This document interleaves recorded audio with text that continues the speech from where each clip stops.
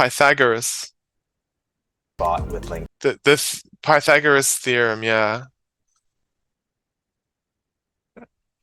Okay, so um, all of the other sentences begin with something um, already established. So um, he founded his academy in that first sentence. Who is he? It begs the question. The second one, the sign above the academy. What academy? And in particular suggests that we're going from something general to something specific. Um, so each of those tells us that we need another sentence to start this paragraph.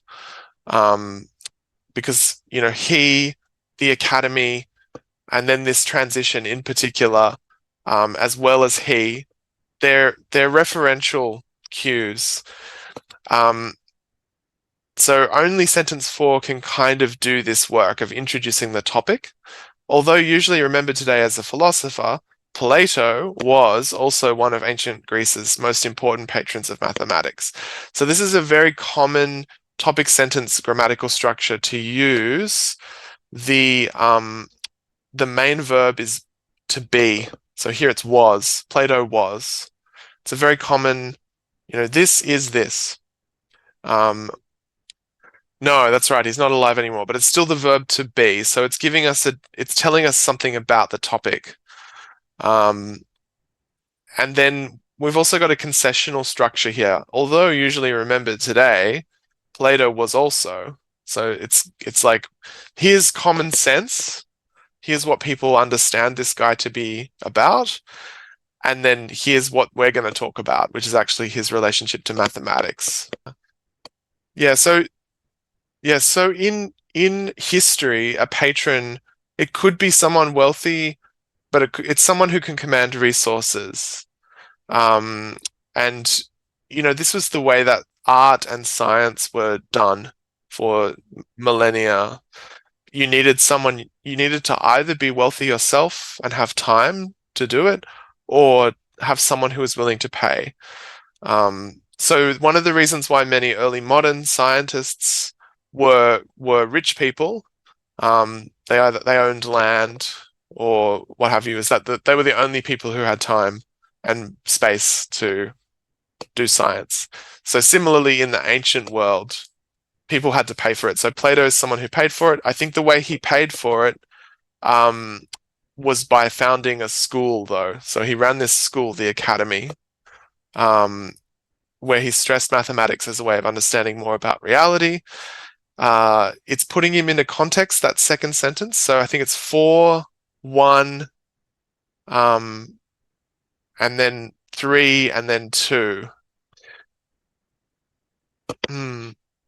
Because we haven't heard about the academy yet.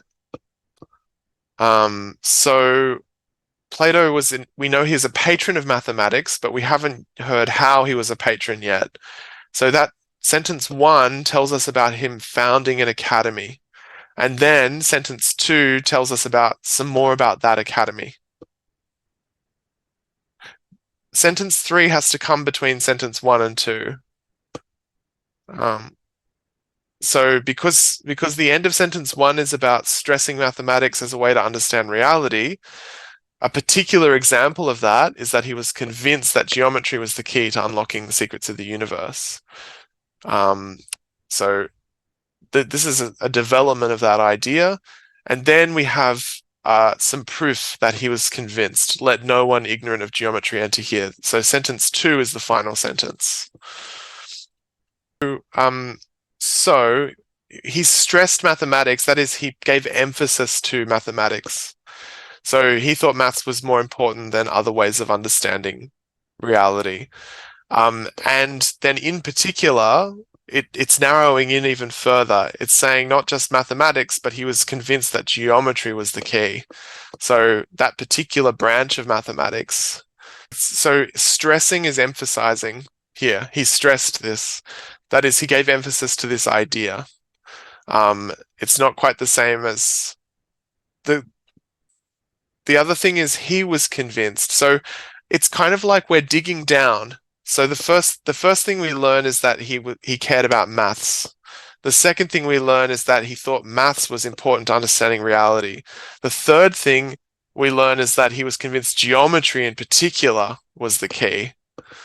So the logical, that's right. Yeah. So the logical thing we're doing is moving from the general down to the specific.